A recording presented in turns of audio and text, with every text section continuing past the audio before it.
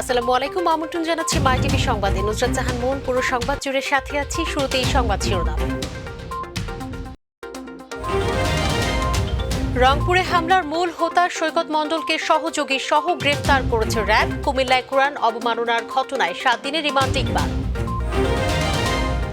কুমিল্লার ঘটনার বিচার হবে দ্রুত বিচার ট্রাইব্যুনালে, জানিয়েছেন আইনমন্ত্রী। জড়িত ও ষড়যন্ত্রে লিপ্তদের বিরুদ্ধে কঠোর ব্যবস্থা বললেন স্বরাষ্ট্রমন্ত্রী। মহিবুল্লাহর কিলিং মিশনে জড়িত আজিজুল হককে গ্রেফতার করেছে এপিবিএন। হত্যাকাণ্ডে অংশ নেয় 19 রোহিঙ্গা সন্ত্রাসী। স্কুল কলেজে সশরীরে ক্লাস এখন আর বাড়ছে না, জানিয়েছেন শিক্ষামন্ত্রী। এবার ভর্তি পরীক্ষার প্রশ্নপত্র ফাঁস হয়নি, জানালেন ঢাবি উপাচার্য। দর্শক, শিরোনাম বলছিলাম, বিস্তারিত সংবাদে যাচ্ছি। আর শুরুতেই সাম্প্রদায়িক সম্প্রীতি প্রসঙ্গ। রংপুরের পীরগঞ্জের হিন্দু পল্লীতে সাম্প্রদায়িক সম্প্রীতি বিনষ্টের উদ্দেশ্যে হামলা ও অগ্নিসংযোগের ঘটনার অন্যতম হোতা সৈকত মণ্ডল ও সহযোগী রবিউলকে গ্রেফতার করেছে র্যাব। দুপুরে র্যাবের লিগ্যাল অ্যান্ড মিডিয়া উইং এর পরিচালক কমান্ডার খন্দকার আল মঈন সংবাদ সম্মেলনে বিষয়টি জানিয়েছেন। তিনি বলেন, সাম্প্রদায়িক সম্প্রীতি নষ্ট করার জন্য পরিকল্পিতভাবে রংপুরের পীরগঞ্জে মাইকিং করে হিন্দু পল্লীতে হামলা চালানো হয়েছে। ফেসবুকের পোস্ট থেকে এর সূত্রপাত হয় জানিয়ে আল মঈন বলেছেন, পোস্টের সূত্র ধরেই একটি মসজিদ থেকে মাইকিং করেন রবিউল ইসলাম। মাইকিংয়ে তিনি তৌহিদি জনতা সহ ধর্মপ্রাণ মানুষকে প্রতিরোধের ডাক দেন। এরপর সৈকত মণ্ডল নিজে একটি উঁচু স্থানে দাঁড়িয়ে উত্তেজনাকর বক্তব্য দিয়ে হামলার অংশ নেন। গ্রেফতারকৃত সৈকত সামাজিক যোগাযোগ মাধ্যমে উস্কানিমূলক, মিথ্যাচার ও বিভ্রান্তিকর তথ্যের মাধ্যমে স্থানীয় জনগণকে উত্তেজিত করে তোলে। এছাড়া সে উক্ত হামলা ও অগ্নিসংযোগে অংশগ্রহণে জনসাধারণকে উদ্বুদ্ধ করে। তার নেতৃত্বে বেশ কয়েকজন এই হামলায় সরাসরি অংশ নেয়। সে গ্রেফতারকৃত রবিউলকে নির্দেশনা দেয় মাইকিংয়ের মাধ্যমে লোকজন জড়ো করার জন্য।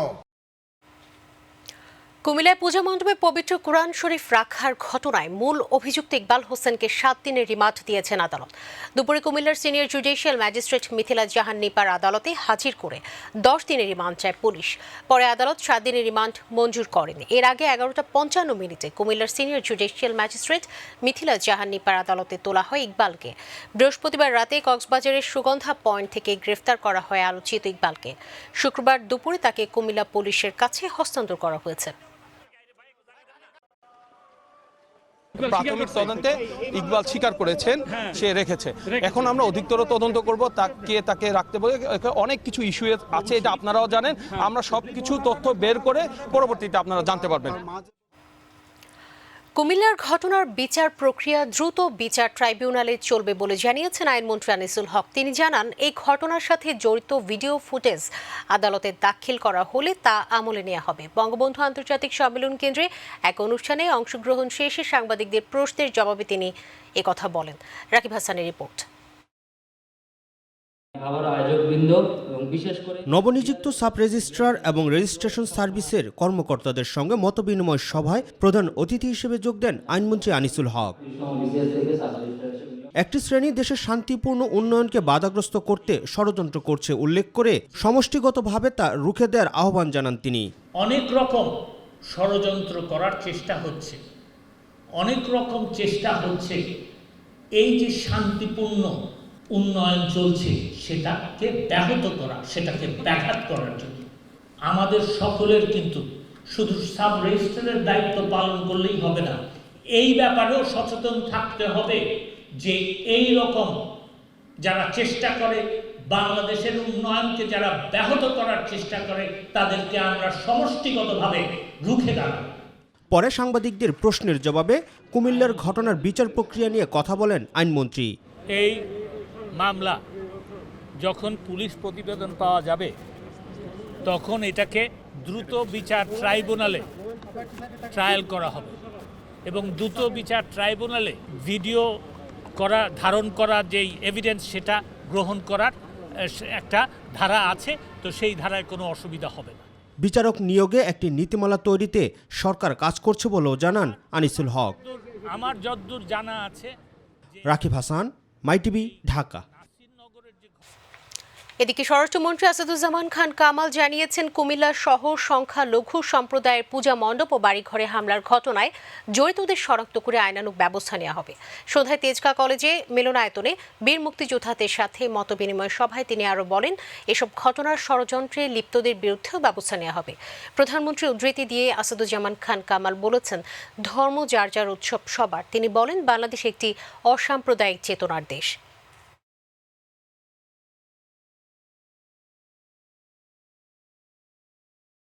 এবারই একটা ব্যতিক্রম দেখলাম, এবারই প্রথম দেখলাম দুর্গাপূজার উপরে আক্রমণের দৃশ্যটা আমরা দেখলাম।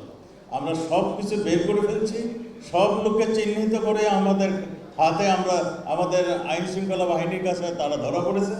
আমরা কেন এই কাণ্ডটা ঘটিয়েছে সব আপনাদেরকে আমরা জানাতে সক্ষম হব। রোহিঙ্গা নেতা মহিবুল্লাহ হত্যাকাণ্ড প্রসঙ্গ। কক্সবাজারে রোহিঙ্গাদের শীর্ষ নেতা মহিবুল্লাহকে গুলি করে হত্যার ঘটনায় কিলিং মিশনে অংশ নেয়া আজিজুল হককে গ্রেফতার করেছে পিবিএন সদস্যরা। এ সময় আগ্নেয়াস্ত্র সহ আরও 3 জনকে গ্রেফতার করা হয়েছে। ভোর 4টার দিকে উখিয়ার কুতুপালং লাম্বাসিয়া পুলিশ ক্যাম্পের অধীনে লোহার ব্রিজ এলাকা থেকে তাদের গ্রেফতার করা হয়। এর আগে মহিবুল্লাহ হত্যার ঘটনায় 5 জনকে আটক করা হয়েছিল। এর মধ্যে ইলিয়াস নামে এক রোহিঙ্গা আদালতে স্বীকারোক্তিমূলক জবানবন্দি দিয়েছেন। দুপুরে পিবিএন কার্যালয়ে ব্রিফিংয়ে এসব তথ্য জানান অধিনায়ক নাইমুল হক। তিনি জানান, প্রাথমিক জিজ্ঞাসাবাদে আজিজুল হক স্বীকার করেছেন মহিবুল্লাহ হত্যাকাণ্ডে বিভিন্ন পর্যায়ে 19 জন রোহিঙ্গা সন্ত্রাসী অংশ নেয়।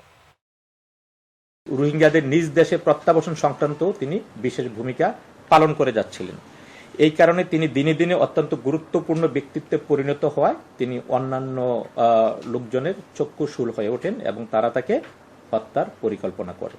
উক্ত হত্যাকাণ্ডের ঘটনাটি সংগঠনের পরপরই আমাদের এপিবিএন পুলিশ রোহিঙ্গা ক্যাম্প এলাকায় সাঁড়াশি অভিযান পরিচালনা করে এবং ঘটনার সাথে বর্ণিত আসামিদেরকে আমরা গ্রেপ্তার করছি এবং আমাদের অভিযান এখনো চলছে। এবার রাজনৈতিক প্রসঙ্গ। কুমিল্লার পূজা মণ্ডপে পবিত্র কোরআন শরীফ রাখা ইকবাল হোসেনের গ্রেফতারে যখন সবাই স্বস্তি প্রকাশ করেছে, তখন বিএনপি মহাসচিব প্রশ্ন তুলেছেন। উল্লেখ করে আওয়ামী লীগ সাধারণ সম্পাদক ওবায়দুল কাদের বলেছেন, প্রতিটি বিষয় সন্দেহ করার বিরল ভাইরাসে আক্রান্ত বিএনপি। তিনি বলেন, বিএনপির কাজ হলো যে কোনো অর্জন বা সাফল্যকে বিতর্কিত করা। সকালে নিজ বাসভবন ব্রিফিংকালে কথা বলেন আওয়ামী লীগ সাধারণ সম্পাদক ওবায়দুল কাদের। বলেন, বিএনপি রাগ বাড়িয়ে কথা বলায় জনমনে প্রশ্ন ও সন্দেহ দেখা দিয়েছে যে এটা নিজেদের অপরাধ লুকোনোর কৌশল কিনা। বিএনপি হিন্দু সম্প্রদায়ের সদস্যদের সবসময় প্রতিপক্ষ ভেবে আসছে বলেও দাবি করেন ওবায়দুল কাদের। ভিডিও ফুটেজে চিহ্নিত হওয়া কুমিল্লার পূজা মণ্ডপে পবিত্র ধর্মগ্রন্থ রাখা ইকবাল হোসেনের গ্রেপ্তারে যখন সবাই স্বস্তি প্রকাশ করছে, তখন বিএনপি মহাসচিব প্রশ্ন তুলেছেন, গ্রেপ্তার হওয়া যুবক এতদিন কোথায় ছিল, কারা তাকে সেখানে নিল? মির্জা ফখরুলের কথায় মনে হচ্ছে ফখরুল সাহেবের কাছে ইকবালের বিষয়ে অধিকতর তথ্য রয়েছে। আমরা বিএনপির মহাসচিবকে প্রশ্ন রাখতে চাই, আপনি তথ্য প্রমাণ দিয়ে বলুন এ কয়দিন কোথায় ছিল এ ব্যক্তি। আসলে যে কোনো অর্জন বা সাফল্যকে বিতর্কিত করা বিএনপির পুরনো স্বভাব। অদৃশ্য শক্তি দ্বারা দেশ পরিচালিত হচ্ছে বলে দাবি করেছেন বিএনপির মহাসচিব মির্জা ফখরুল ইসলাম আলমগীর। এ কারণে সমাজে নানা সংকট তৈরি হচ্ছে বলে মন্তব্য করেন তিনি। সাম্প্রদায়িক দাঙ্গা বাজিয়ে তৃতীয় কোনো শক্তি দেশের নিয়ন্ত্রণ নেওয়ার পায়তারা করছে বলে মন্তব্য করেছেন স্থায়ী কমিটির সদস্য মির্জা আব্বাস। রাজধানীতে আলাদা অনুষ্ঠানে তারা এসব কথা বলেন। মাহবুব সৈকত জানাচ্ছেন বিস্তারিত। জাতীয় প্রেস ক্লাবে ভাষা সৈনিক ও রাজনৈতিক ব্যক্তিত্ব ওলি আহাদের স্মরণ সভা। যাকেই বলতাম আমার বাবাকে, তার চোখে মুখে একটা বিস্ময়, কি ভীষণ শ্রদ্ধা। আমি দাবি জানাবো, ইতিহাস যেন সংবিধানের অংশ না হয়ে যায়, ইতিহাস যেন বহতা নদীর মতো থাকে। সাম্প্রতিক কুমিল্লা পূজা মণ্ডপে কুরআন অবমাননা এবং এর সাথে জড়িত অভিযোগে জনৈক ইকবাল আটক প্রসঙ্গে কথা বলেন বক্তারা। এত বড় একটা ঘটনা, ওনার একটা লোক হাজির করে দিলেন, সেই লোকটা কি ভবঘুরে। তার মা বলে ও নেশা ভাঙ করে তো 10-12 বছর ধরে, ওর মাথা ঠিক নাই। অর্থাৎ এমন একটা লোক বার করেছে, সত্যি সত্যি পুলিশ বলছে এই কিন্তু ওই কাজ করেছে। তো এই মজনু আর ইকবাল হোসেনের মধ্যে কোনো পার্থক্য আছে? সাম্প্রদায়িক সম্প্রীতি নষ্টের জন্য সরকারকে দায়ী করে অদৃশ্য শক্তি দেশ চালাচ্ছে বলে মন্তব্য করেন বিএনপি মহাসচিব মির্জা ফখরুল ইসলাম আলমগীর। এই দেশকে এখন এরা একেবারে সর্বনাশ করে ফেলেছে। এর বিভাজন, সাম্প্রদায়িক দাঙ্গা বলুন, সাম্প্রদায়িক সম্প্রীতির অভাব বলুন, শুধু সেই ক্ষেত্রে না, সর্বক্ষেত্রে প্রতি মুহূর্তে প্রতি ক্ষণে আমাদের উপরে খবরদারি করা হচ্ছে এবং এই অদৃশ্য শক্তি পুরো বিষয়টাকে নিয়ন্ত্রণ করছে, সমাজকে নিয়ন্ত্রণ করছে। এই অবস্থার মধ্যেই কিন্তু আমরা লড়াইটা করছি। দেশকে অস্থিতিশীল করে তৃতীয় কোনো পক্ষ দেশের বিরুদ্ধে ষড়যন্ত্র করছে বলে জাতীয় প্রেস ক্লাবের সামনে মানববন্ধনে মন্তব্য করেন বিএনপির স্থায়ী কমিটির সদস্য মির্জা আব্বাস। সঠিক যে বিষয়টা থাকবে করে আনুন, এই দাঙ্গার মাধ্যমে আপনার দৃষ্টি ফেরানোর চেষ্টা করছেন। আর আমি ভাবছি অন্য কথা, আমাদের দেশের স্বাধীনতার সার্বভৌমত্ব হয় কিনা। আমি চিন্তিত যে এই দেশে এই দাঙ্গা, এই সুযোগ নিয়ে, এই ফাটল দিয়ে আমার দেশে শত্রুপক্ষ প্রবেশ করে কিনা, দ্বিতীয় শক্তি প্রবেশ করে কিনা। মাহবুব সৈকত, মাইটিভি, ঢাকা।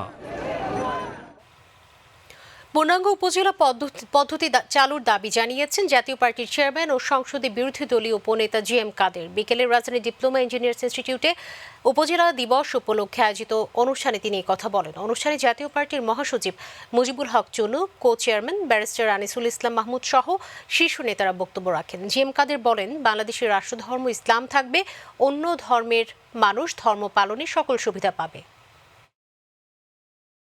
এই উপজেলা পদ্ধতিকে যুগান্তকারী পদক্ষেপ হিসেবে দেশ ও বিদেশে প্রশংসিত হয়েছিল। সেই উপজেলা পদ্ধতি করব, যেখানে উপজেলা চেয়ারম্যান হবে সর্বময় নির্বাহী কর্তা এবং তার অধীনে সরকারি কর্মকর্তারা তার অধীনে কাজ করতে হবে। অন্য প্রসঙ্গ, শিক্ষাবর্ষ শেষের পথে থাকায় এখন আর মহামারীর মধ্যে সরাসরি ক্লাসের দিন বা সংখ্যা বাড়ছে না বলে জানিয়েছেন শিক্ষামন্ত্রী দীপু মনি। তিনি বলেন, এসএসসি ও এইচএসসি পরীক্ষা শেষ হওয়ার পর জানুয়ারিতে যখন নতুন ক্লাস শুরু হবে তখন ক্লাসের সংখ্যা বাড়ানো হবে। শনিবার চাঁদপুর শহরের বাবুরহাট এলাকায় নবনির্মিত পল্লী বিদ্যুৎ সমিতির কার্যালয় উদ্বোধন শেষে সাংবাদিকদের প্রশ্নে একথা বলেন শিক্ষামন্ত্রী। তিনি বলেন, স্বাস্থ্যবিধি মানতে হবে এবং সামাজিক দূরত্ব নিশ্চিত করেই শিক্ষার্থীদের শ্রেণী কার্যক্রম পরিচালনা করতে হবে।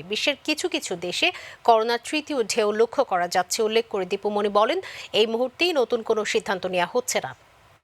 বহু দেশে নতুন করে তৃতীয় একটা ঢেউ আসছে এবং কোনো কোনো দেশে এখন আবার খুব খারাপ অবস্থা হচ্ছে। কাজে আমাদের সকলের সতর্ক থাকতে হবে, স্বাস্থ্যবিধি মানতে হবে। আমাদের শিক্ষা প্রতিষ্ঠানে আমরা এখনও সেই প্রথম যে রুটিনটা শুরু করেছিলাম, তারপরে একটু চেঞ্জ করেছিলাম, সেটাতেই আছে। কারণ আমাদের সামনেই এসএসসি পরীক্ষা আছে, এইচএসসি পরীক্ষা আছে। এই মুহূর্তে নতুন করে আর ক্লাস বাড়ানোর সুযোগ নাই, কারণ স্বাস্থ্যবিধি মানতে হবে। গেল বছরের তুলনায় এবছর কঠোর আইনি ব্যবস্থা গ্রহণ করায় প্রশ্নপত্র ফাঁসের কোনো ঘটনা ঘটেনি বলে জানিয়েছেন ঢাকা বিশ্ববিদ্যালয়ের উপাচার্য অধ্যাপক ডক্টর মোহাম্মদ আখতারুজ্জামান। সকালে ঢাকা বিশ্ববিদ্যালয়ের 2020-21 সেশনের ঘ ইউনিটের ভর্তি পরীক্ষার হল পরিদর্শন শেষে তিনি এসব কথা বলেন। এস.এম. খুরশিদ আলমের রিপোর্ট। ঢাকা বিশ্ববিদ্যালয় সহ দেশের 7টি বিভাগীয় শহরে একযোগে 2020-21 শিক্ষাবর্ষের ঘ ইউনিটের পরীক্ষা অনুষ্ঠিত হয়েছে। তাই পরীক্ষা কার্যক্রম পরিদর্শন করেন ঢাকা বিশ্ববিদ্যালয়ের উপাচার্য অধ্যাপক ডক্টর আখতারুজ্জামান। কথা বলেন পরীক্ষার সার্বিক ব্যবস্থাপনা নিয়ে। পরীক্ষার হল দেখলাম, দুটো হল, এবং শিক্ষার্থীদের সাথেও কথা বলেছি। ভালো ব্যবস্থাপনা এবং শিক্ষার্থীরা স্বাস্থ্যবিধি অনুসরণ করে পরীক্ষায় বসছে। প্রশ্নপত্র ফাঁসের বিষয় নিয়ে সাংবাদিকদের প্রশ্নের জবাব দেন ঢাবির ভিসি অধ্যাপক ডক্টর মোহাম্মদ আখতারুজ্জামান। যারা বিভিন্ন জালিয়াতির মাধ্যমে ভর্তি হয়েছিল তাদের ভর্তি বাতিল করা হয়েছে। যে চক্র এই পিছনে বিভিন্ন জালিয়াতি চক্রের হোতা যারা ছিল তাদেরকে আইনের আওতায় আনা হয়েছে। সুতরাং আইনের শাসন প্রতিপালিত হলে অনেক সময় অনেক অনাকাঙ্ক্ষিত ঘটনা এড়ানো সম্ভব। প্রশ্নপত্র নিয়ে সন্তুষ্টির কথা জানান ভর্তিচ্ছুরা। প্রশ্ন আলহামদুলিল্লাহ যথেষ্ট ভালো হয়েছে, স্ট্যান্ডার্ড কোশ্চেন হয়েছে। পরীক্ষা আলহামদুলিল্লাহ মোটামুটি ভালোই হয়েছে। কোশ্চেনও মোটামুটি অতটা হার্ড হয়নি, মিডিয়াম ক্যাটাগরি হয়েছে। পরিবেশ অনেক সুন্দর ছিল, স্বাস্থ্যবিধি মেনে নেওয়া হয়েছে পরীক্ষার হলে। খুবই সুন্দর ছিল, সবাইকে একদম পারফেক্টলি সবকিছু বুঝিয়ে দেওয়া হয়েছিল। এস.এম. খুরশেদ আলম, মাইটিভি, ঢাকা। নিষেধাজ্ঞার 2 সপ্তাহ পরেও খাদ্য সহায়তা পায়নি উপকূলের হাজারো জেলে। চরমভাবে বিপাকে রয়েছে এই পেশার কর্মহীন মানুষজন। জেলে পল্লীগুলোতে এখন চলছে হাহাকার। জেলেদের অভিযোগ, চেয়ারম্যান মেম্বারদের কাছে গেলে তারা বলেন মৎস্য বিভাগের কথা, আর মৎস্য বিভাগ বলছে দ্রুত চাল বিতরণ শেষ হবে। প্রতিনিধি এনামুল ইসলামের রিপোর্টে জানাচ্ছেন সবি আয়াত। চলছে ইলিশের প্রজনন মৌসুম। নদী ও সাগরে মাছ শিকারে সরকারিভাবে জারি রয়েছে 22 দিনের নিষেধাজ্ঞা। মাছ শিকার করতে না পারায় কর্মহীন সাগর উপকূলের হাজারো জেলে। বেকার এসব জেলেদের খাদ্য সহায়তা হিসেবে 20 কেজি করে চাল বরাদ্দ দিয়েছে সরকার। কিন্তু 17 দিন পার হলেও পটুয়াখালীর রাঙাবালী উপজেলা জেলেদের ভাগ্যে জোটেনি সেই সহায়তা। লসের পর লস, 7টা বাজার লস দিলাম, এর ভিতরে অবরোধ দিয়ে লাইলে। এখন আমাদের দাবি জেলে কার্ডের চাউলটা দেওয়া হয়, তাহলে আমাদের পক্ষে একটু সুবিধা হয়। লক্ষ লক্ষ টাকা ঋণ হয়ে গেছি, এখন মান সম্মান যাওয়ার পালা, না খেয়ে রাস্তায় নামার পালা আমাদের।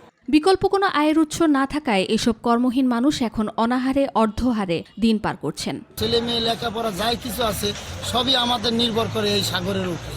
আমরা তো খুব অসহায় মানুষ, নদীর কূলে বাড়ি ঘর। এই বছরের মতো লস হার পর আর কইতে নেই, কিরম আর না খাইয়ে তার অবস্থা। যদি বলি মেম্বার চেয়ারম্যানের দ্বারে, এরা কয় মৎস্য অফিসার দেয় না, মৎস্য অফিসারের দ্বারে গেলে কয় কোন সময় আসবে কি করবে এটা পরে দেখব। এদিকে মৎস্য বিভাগ বলছে প্রতিনিধিদের নির্দেশ দেওয়া হয়েছে 2-1 দিনের মধ্যে সব ইউনিয়নের চাল বিতরণ কার্যক্রম শেষ করা হবে। 2টি ইউনিয়নে আগামী দিন চাল দেবে বলে আমার কাছে খবর আছে এবং বাকি আমরা খুব দ্রুত চাল বিতরণ করবো বলে আমি আশা করি এবং আমরা এই ব্যাপারে সজাগ দৃষ্টি রাখতেছি।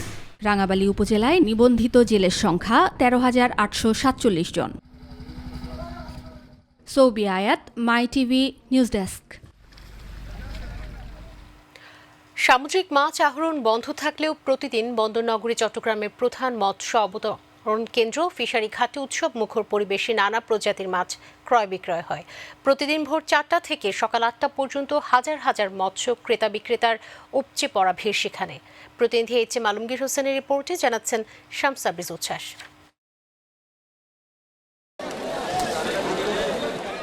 চট্টগ্রামের ঐতিহ্যবাহী মৎস্য অবতরণ কেন্দ্র ফিশারিঘাটে সকালবেলার দৃশ্য এটি। এই মৎস্য অবতরণ কেন্দ্রে রয়েছে 103টি মৎস্য আড়ত। সরকারের নিষেধাজ্ঞায় সমুদ্রে মাছ আহরণ বন্ধ থাকলেও প্রতিদিন সমুদ্র ও দেশীয় নানা প্রজাতির মাছ কেনাবেচা হচ্ছে ফিশারিঘাটে। দেশের বিভিন্ন জেলা থেকে আগত মাছ ব্যবসায়ীরা বলছে, বর্তমানে সমুদ্র থেকে ধরার নিষেধ থাকলেও বাজারে মাছের মূল্য তুলনামূলক বেশি। সমুদ্র বন্ধর কারণে আমাদের মাছ এখন আসতেছে না, তাই কারণে বাজারে মাছ কম, সেই জন্য মাছের দাম একটু বাড়তি। আগে এই মাছটা কিনছি 15,000 14,000, এখন এই মাছ 20,000 22,000 টাকা। আমরা মাছ কিনতে পারতেছি না, অনেক প্রতিদিন আসে, অনেক লস দিতেছে, অনেক দাম, এখন প্রতি কেজি 150 টাকা বাড়ে গেছে।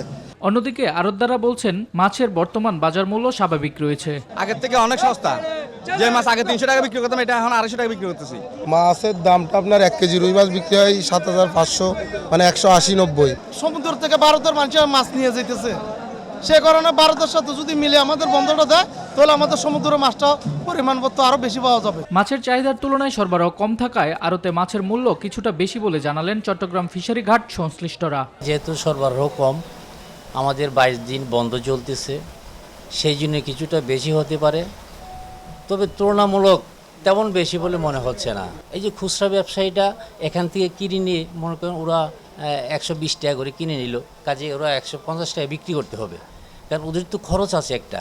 সরকারি আদেশ প্রত্যাহারের মাধ্যমে সমুদ্রে জেলেরা মাছ ধরা শুরু করবে। মাছের বাজার মূল্য সহনীয় পর্যায়ে থাকবে বলে প্রত্যাশা সকলের। এখানে কোনো সিন্ডিকেট নেই, এখানে এখন বন্ধের কারণে মাছ যেহেতু আসতেছে না, সেই কারণে মাছ কম বিদায়, মানুষের মাছের চাহিদা আছে, ওই কারণে এখন মাছের দামটা বেশি।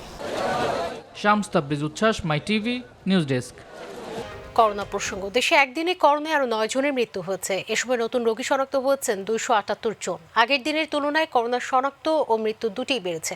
সেই সঙ্গে বেড়েছে রোগী শনাক্তের হার। আগের দিন করোনায় 4 জনের মৃত্যু হয়েছিল, নতুন রোগী শনাক্ত হয়েছিল 232 জন। গত 24 ঘন্টায় 15,042 জনের নমুনা পরীক্ষা করা হয়েছে। পরীক্ষার বিপরীতে রোগী শনাক্তের হার 1.85%। আগের দিন এই হার ছিল 1.36%। সবশেষ নিহত 9 জনের মধ্যে ঢাকা, রাজশাহী ও খুলনা বিভাগে 2 জন করে এবং সিলেট, রংপুর ও ময়মনসিংহে 1 জন করে মারা গিয়েছেন। চট্টগ্রাম ও বরিশাল বিভাগে কেউ মারা যায়নি। তিস্তা নদীর পানি বেড়ে গেলে সর্বপ্রথম আক্রান্ত হয় লালমনিরহাট জেলা, অথচ এই জেলারই নেই বন্যার আগাম সতর্কবার্তা জানার কোনো ব্যবস্থা, যার ফলে লালমনিরহাট জেলা সহ যেসব আশপাশের জেলাগুলোকে পড়তে হয় দুর্বিপাকে। বিষয়টি স্বীকার করে ত্রাণ প্রতিমন্ত্রী বলেছেন, এবারের অভিজ্ঞতাকে কাজে লাগিয়ে আগামীতে সব ধরনের প্রস্তুতি নেওয়া হবে। প্রতিনিধি মাহফুজ সাজুর রিপোর্ট। তিস্তার উজানে ভারতীয় অংশে কয়েকদিনের টানা ভারী বৃষ্টিপাতের ফলে ভয়াবহ বন্যার কবলে পড়ে দার্জিলিং সহ কয়েকটি এলাকা। ভারতের বন্যা পরিস্থিতি পর্যবেক্ষণের মাধ্যমে আগাম সতর্কবার্তা দেওয়ার কথা ছিল পানি উন্নয়ন বোর্ডের, কিন্তু এমন কোনো কিছুই জানতে পারেনি তিস্তাপাড়ের মানুষ। এই খবরটা আমরা জানি না, সামান্য একটু হয়তো পানি আসবে, কার্তিক মাসের ব্যাপার।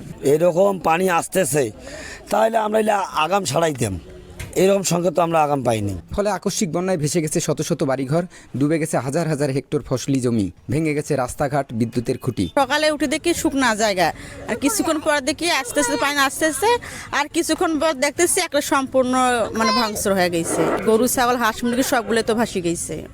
এতে মানবতর জীবনযাপন করতে হচ্ছে এই অঞ্চলের মানুষের। গাছ গাছরা ভাঙি গেছে, পাই নাই বাবা, মানুষের কষ্ট বাবা, মানুষের আন্দি বেড়ি খাবার পায়। ঘরে এতক্ষণা দোলা হয়ে গেছে, জানেন পরিস্থিতি আমার একদম খারাপ।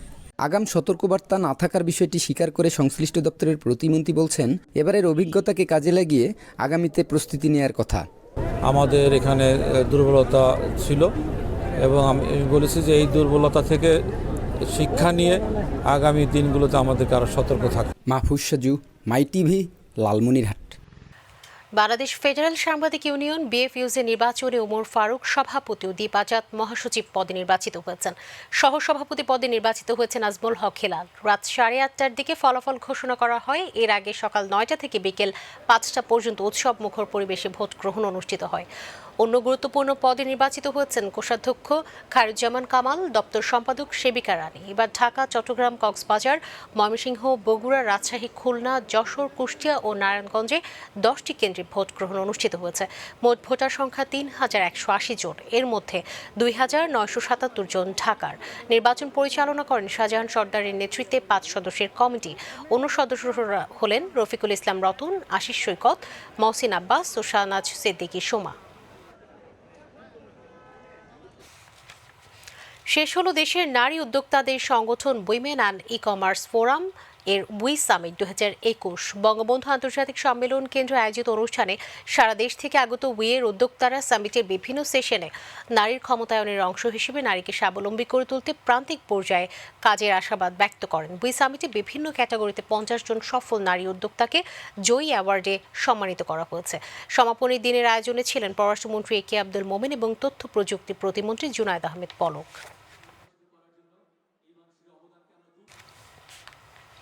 চট্টগ্রাম মেডিকেল কলেজ হাসপাতালের ওয়ান স্টপ ইমার্জেন্সি কেয়ার ওএসসিসির কেডিএস মুক্তিযোদ্ধা কর্নার উদ্বোধন করা হচ্ছে। সম্প্রতি এই উপলক্ষে চেক হস্তান্তর অনুষ্ঠানে প্রধান অতিথি হিসেবে উপস্থিত ছিলেন চমিক হাসপাতালের ব্যবস্থাপনা কমিটির সভাপতি ও শিক্ষা উপমন্ত্রী ব্যারিস্টার মহিবুল হাসান চৌধুরী নওফেল। অনুষ্ঠানে আরও উপস্থিত ছিলেন চট্টগ্রাম মেডিকেল কলেজের অধ্যক্ষ ডাক্তার শাহিনা আক্তার, পরিচালক brigadier general S M. Humayun Kabir, মহানগর মুক্তিযোদ্ধা সংসদের কমান্ডার মোজাফফর আহমেদ, কেডিএস গ্রুপের vice president Jasimuddin Chowdhury, vice president Ashik Bhuiyan, মানব সম্পদ বিভাগের প্রধান সাইফুল আবেদিন, ব্র্যান্ডিং প্রধান সাজ্জাদ আল মামুন সহ 2 প্রতিষ্ঠানের ঊর্ধ্বতন কর্মকর্তারা। মুজিববর্ষ উপলক্ষে চট্টগ্রামের সাতকানিয়া উপজেলার চিববাড়ি এম.এ. মোতালেব কলেজ মাঠে কিশোয়ান স্পোর্টিং ক্লাবের আয়োজনে শুক্রবার বিকেলে শুরু হয়েছে Bangabandhu gold cup football tournament. এতে প্রধান অতিথি ছিলেন সাতকানিয়া উপজেলা পরিষদের চেয়ারম্যান এম.এ. মোতালেব। কিশোয়ান স্পোর্টিং ক্লাবের সভাপতি ওয়াহিদুল ইসলামের সভাপতিত্বে বিশেষ অতিথি ছিলেন সাতকানিয়া উপজেলা আওয়ামী লীগের সাধারণ সম্পাদক কুতুবুদ্দিন চৌধুরী, সাতকানিয়া পৌরসভার মেয়র মোহাম্মদ জোবায়ের ও সাতকানিয়া থানার ভারপ্রাপ্ত কর্মকর্তা আনোয়ার হোসেন। টুর্নামেন্টে 8টি দল অংশগ্রহণ করেছে।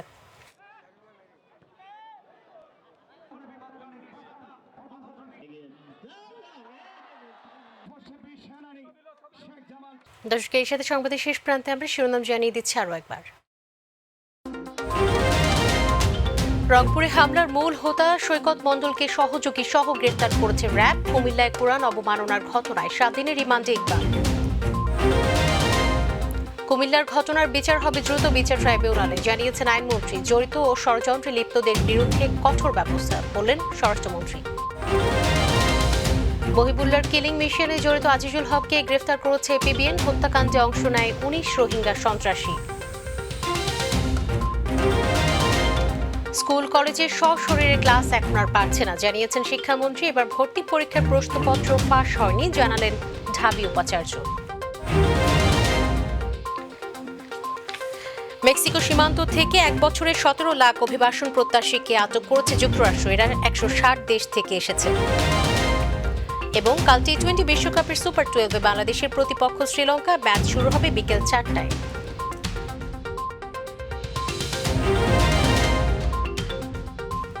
দর্শক, সঙ্গে থাকার জন্য অসংখ্য ধন্যবাদ। এছাড়া ইউটিউবে মাই টিভি সংবাদ পেতে ভিজিট করুন youtube/mytvbg নিউজ। আর আমাদের অনুষ্ঠান দেখতে ভিজিট করুন youtube/mytv বাংলা, facebook/mytv বাংলা। পরবর্তী সংবাদ দেখার আমন্ত্রণ জানিয়ে বিদায় নিচ্ছি। করোনা সংক্রমণ রোধে সবাই সতর্ক থাকুন, মাস্ক পরুন, স্বাস্থ্যবিধি মেনে চলুন। আল্লাহ হাফিজ।